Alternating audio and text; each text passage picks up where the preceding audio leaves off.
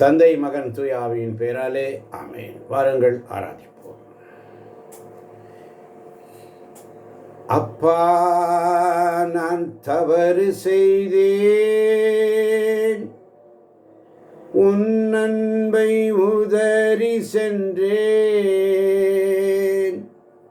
நான் கெட்டலைந்து ஓடி வந்தேன். என்னை கண் பாரும் உந்தன் பிள்ளை நான். அப்பா, நான் தவறு செய்தேன், உன் அன்பை உதறி சென்றேன். நான் கெட்டலைந்து ஓடி வந்தேன். என்னை கண் பாரும் உந்தன் பிள்ளை நான். வாழ்வு தரும் வசனமெல்லாம் நீரென்று அறிந்த பின்னே வீரெங்கு நான் போவேன். எந்தன் புகலிடம் நீரே அப்பான்னு சொல்லி ஒப்பு கொடுக்கலாமா? பலன் தீர்ந்து போகும், ஆனால் அவருடைய பலன் ஒரு நாளும் தீராது. ஆமென். பலன் உள்ளவர், அவர் வல்லமை உள்ளவர், தோல்வியே இல்லாதவர். தளர்ந்து போயிருக்கிறாயா? வேதனையோடு இருக்கிறாயா? பலவானே அவர்தான் பலவான், அவர்தான் நமக்கு பலன் தருவார். வாசிக்கலாம். ஏசாயா 40ஆம் அதிகாரம் 29ஆம் வசனம்.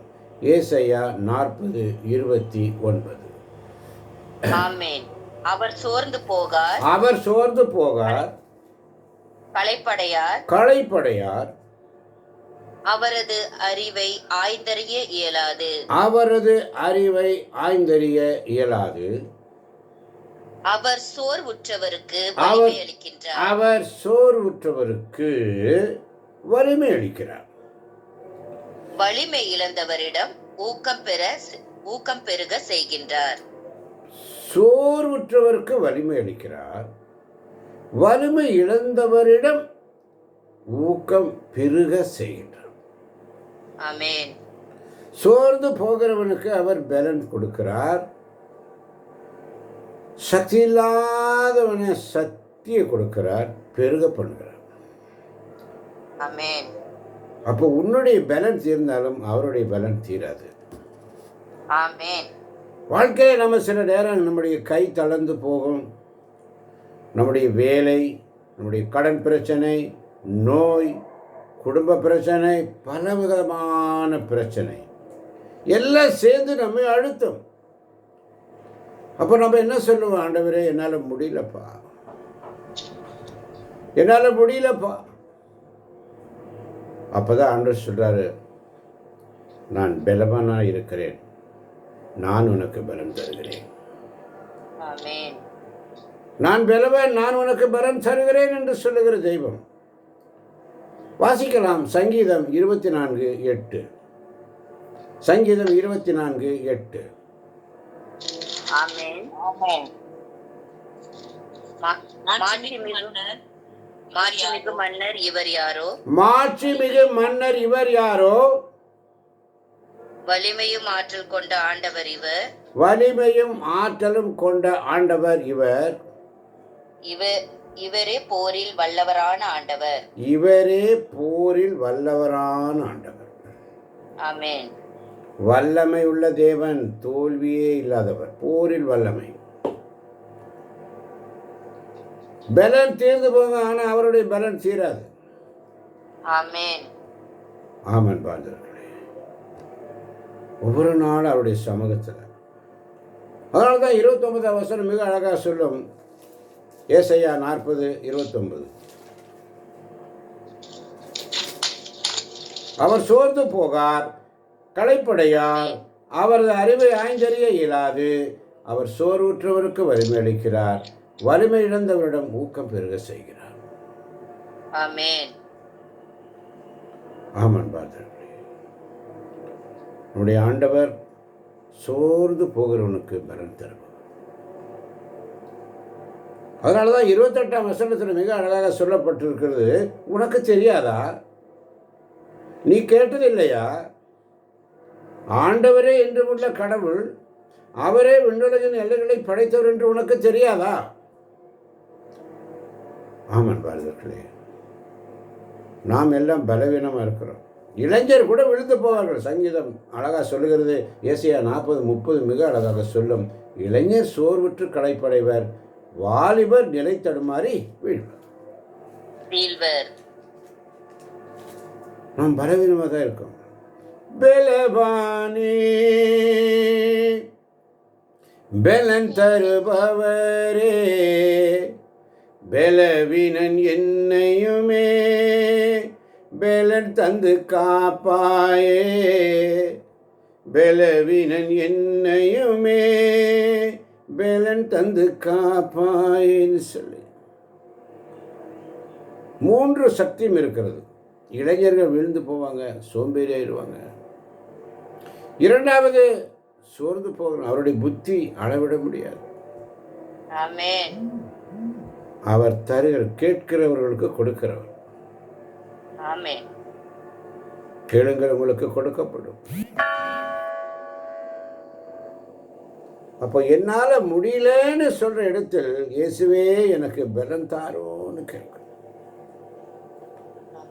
அதனால தான் 31ஆம் வசனத்தில் மிக அழகாக சொல்றார் பாருங்க, ஆண்டவர் மேல் நம்பிக்கை வைத்திருப்பவர்களோ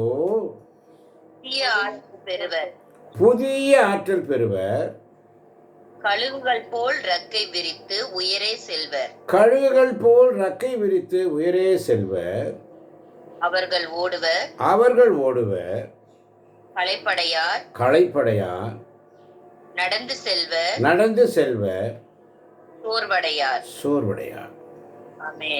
கழுகை போல புது பலன் தருவார் அன்பார்களே. இளைஞர்கள் சோர்ந்து போவார்கள். பலன் எப்படி தெரியும்? சோர்ந்து போகிறவனுக்கு பலன். கடுகை போல புது பலன் தருவார்.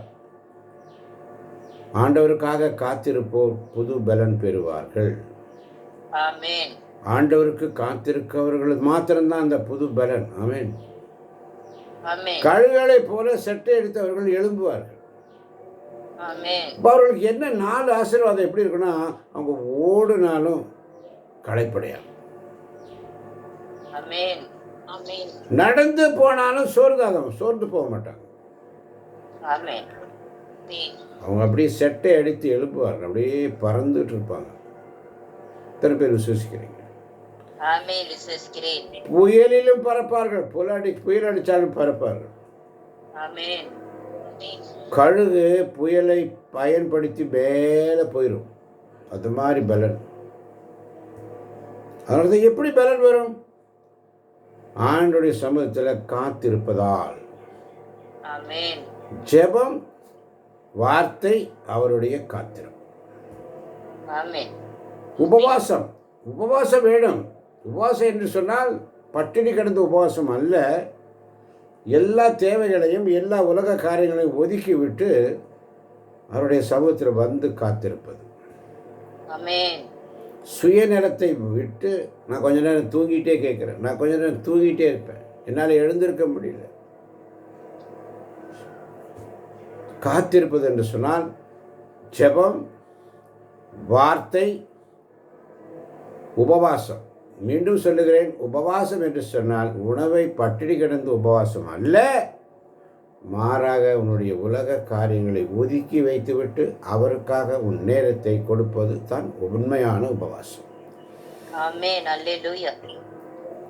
இப்போ பலன் தருகிறவர் 3 காரியம் என்னன்னு சொன்னா, அவர் உன்னை தாங்குவார்.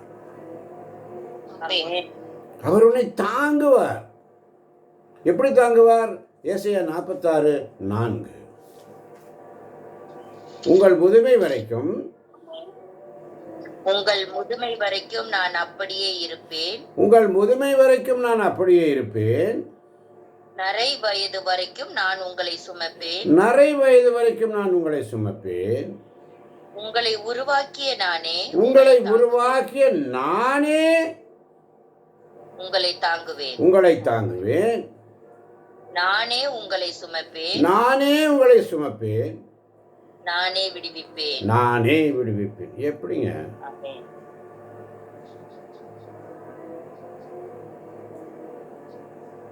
பிறப்பு முதல் மரணம் வரை உன்னை தாங்குகிறவர். ஆமென். ஆமென். இரண்டாவது உன்னை பலப்படுத்துகிறவர். ஆமென். தூய பவுல் அழகாக சொல்லுவார் பிலிப்பியர் 4:13, என்னை பலப்படுத்துகிற கிறிஸ்துவனாலே எல்லாவற்றையும் செய்ய எனக்கு பலன் உண்டு. ஆமென். அவருடைய பலனில் நம்மை நிறைவாக்குவார். அதுதான் 2 கொரிந்தியர் 12:9 வாசிக்கும், என் கிருபை உனக்கு போதும், என் அருள் உனக்கு போதும், உன் வலுவின்மையில் என்னுடைய பலன் வெளிப்படும். ஆமென். என் கிருபை உனக்கு போதும். பலவீனத்தில் என் பலன் பூரணமாய் விளங்கும். ஆமென். அப்படி என்றால் அந்த பலன் எப்படி பெறுவது? ஆண்டவர்கிட்ட ஒப்பு கொடுத்துக்கோ. சங்கீதம் 51:17 சொல்லுவதை போல, சங்கீதம் 51:17, கடவுளுக்கேற்ற பலி நொறுங்கிய நெஞ்சமே, கடவுளே நொறுங்கிய குற்றமுடைந்த உள்ளத்தை நீர் அவமதிப்பதில்லை. ஒத்துக்கோ. ஆமென். ஆமென். ஒத்துக்கோ. நான் பாவி இயேசுவே, என் வாழ்வை மாற்றுமே. நான் பாவி இயேசுவே, என் வாழ்வை மாற்றுமேன்னு சொல்லி முதல்ல ஒத்துக்கணும். கடவுளுக்கு ஏற்ற பலி நொறுங்கிய நெஞ்சமே, அந்த நொறுங்கிய குற்றமுடைந்த உள்ளத்தை அவர் ஒரு நாளும் அவமதிக்க மாட்டார். ஆமென். ஆமென். நான் வந்துட்டப்பா, உங்கள் சமூகத்தில் வந்துட்டப்பா, என்னை பலப்படுத்துங்கப்பா, நான் பலனுள்ளாய். பலனுள்ளவன் பலனற்றவன், பலனுள்ளவன் பலன் இல்லாதவன், யாராயிருந்தாலும் உதவிகள் செய்வது லேசான காரியம். என் இயேசுவுக்கு லேசான காரியம். இயேசு சொல்றாரு, என்னால் முடியலப்பா, இந்த கசப்பான பாத்திரம் என்னை விட்டு நீங்க போனால் நீங்கட்டோன்னு வேதனையோடு கண்ணீர் விட்டு ரத்தம் சிந்தி ரத்த வேர்வை இந்த விதைச்சிட்டார் அன்னைக்கு தலையில். ஆமென். ரத்த நிலமாச்சு, அவருடைய ரத்தம் தலையில் விழுந்துருச்சு. என்னால் முடியலப்பான்னு வேதனையோடு, என் உள்ளம் சாதாரண மனுஷன் எப்படி வேதனைப்படுவான்? சாதாரண ஒரு மனுஷன் அப்படித்தான் இருக்கிறார் இயேசு. ஒரு கடவுள் மாதிரி நடக்கவே இல்லையே. கெத்செமனே தோட்டத்தில் இயேசு ஜெபித்து பலன் பெற்றார். ஆமென். லூக்கா நற்செய்தி 22ஆம் அதிகாரம் 43ஆம் வசனம். லூக்கா நற்செய்தி 22ஆம் அதிகாரம் 43ஆம் வசனம். ஆமென். அப்போது விண்ணகத்திலிருந்து ஒரு தூதர் அவருக்கு தோன்றி அவரை வலுப்படுத்தினார். ஆமென். ஆமென். விண்ணகத்திலிருந்து யார் வந்தா? ஒரு தூதர், வானதூதர். ஆமென். நீ பலனா இருக்கிறியா? பலனா இருக்கிறியா? பலன் இல்லாமல் இருக்கிறியா? ஆண்டவர்கிட்ட கேளு, ஆண்டவரே என்னால் முடியலப்பா, நான் ரொம்ப வேதனையோடு இருக்கிறேன்ப்பா, தாங்க முடியலப்பா. இயேசு பலன் பெற்றார். ஆமென். இப்போ நம்ம வார்த்தையில் நிலைச்சிருக்கணும். வார்த்தை தான் நமக்கு பலன். ஆமென். அதான் நெகேமியா 8ஆம் அதிகாரம் 10ஆம் வசனம். வேகமாய் நெகேமியா புஸ்தகத்தில் ஆண்டவருடைய மகிழ்ச்சியே உங்கள் பலன். வாசிக்கலாமா? நெகேமியா 8:10. ஆமென்.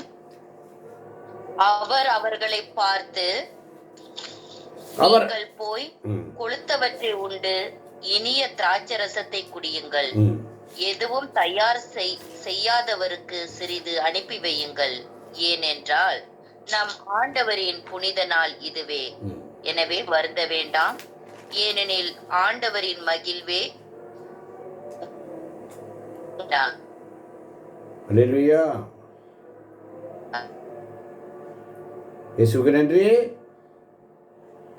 அவர் அவர்களை பார்த்து, நீங்கள் போய் கொழுத்தவற்றை உண்டு இனிய திராட்சரசத்தை குடியுங்கள், எதுவும் தயார் செய்யாதவருக்கு சிறிது அனுப்பி வையுங்கள்.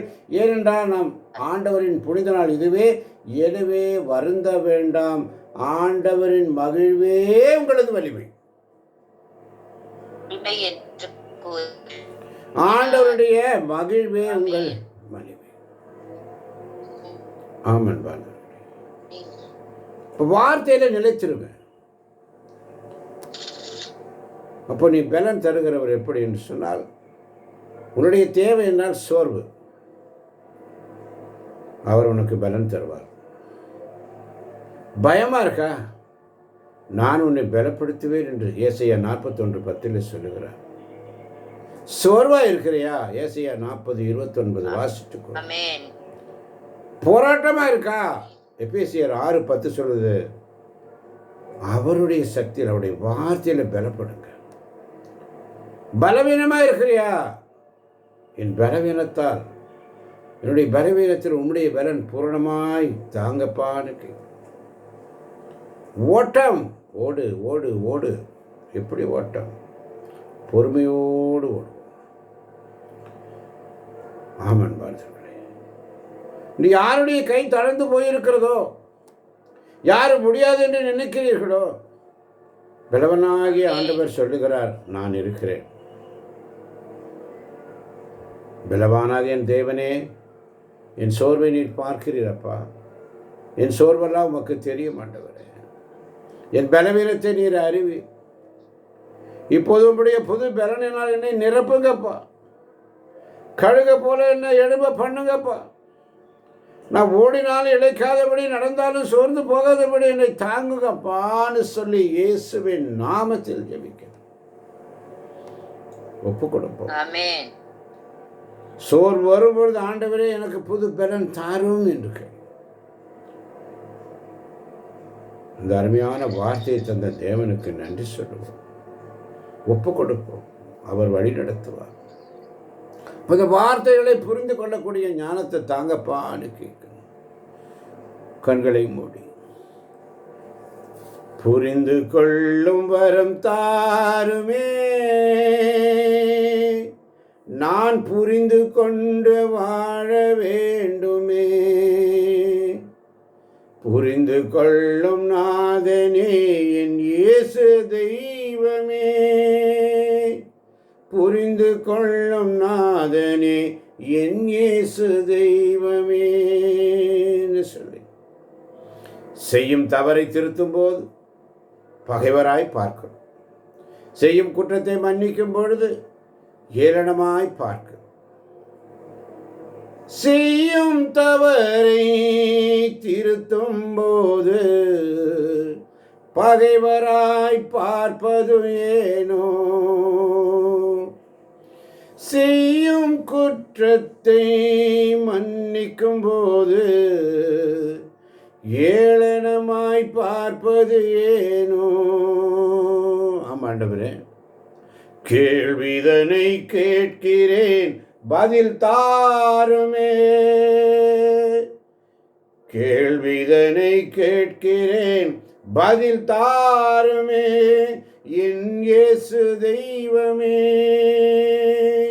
நான் புரிந்திட வரம் தாருமேன்னு சொல்லி நலன்களால் நிறைஞ்சு போகும் பொழுது, ஆண்டவரே உங்களை நாங்கள் மறந்து போகிறோம். ஆண்டவரே, எங்களுக்கு ஒரு வேதனை வந்தால் காரணம் நீங்கள் தான் சொல்லும் நிலை ஏன் எங்களுக்கு வருதப்பா? நலன்களாலே நிறையும் போது உம்மை மறந்து போவதேனோ. வேதனை வந்தால் காரணம் நீரென்று சொல்லும் நிலை வருவதேனோ. கண்ணீரோடு கேட்கிறேன், பதில் தாருமே என் இயேசு தெய்வமே. நான் புரிந்திட வரம் தாருமேன்னு சொல்லி ஒப்பு கொடுக்கலாமா? ஆண்டவரே, உமக்கு எல்லாம் லேசான காரியம். நாங்கள் வீணாய் போய்விடாம். இதை கேட்கப் போகின்ற ஒவ்வொரு பிள்ளைகளையும் உங்களுடைய கருத்தில் ஒப்பு கொடுங்க. அப்படியே தாழ்த்தி ஒப்பு கொடுங்க. நான் பலன் இல்லாமல் இருக்கும்போதெல்லாம் உன்னுடைய பலன் என்னை தொடுங்கப்பா. என் வேதனைகள் எல்லாம் நீர் மாற்றுவதற்காக நன்றி. என் பலன் சோர்வு அனைத்தையும் நீர் மாற்றிக்கொண்டிருப்பதற்காக நன்றின்னு சொல்லி இந்த நாள் முழுவதும் ஆண்டவருடைய வார்த்தை விதைக்கப்படட்டும். இயேசுவின் நாமத்தில் பிதாவே, ஆமேன், ஆமேன், ஆமேன். ஆமென்.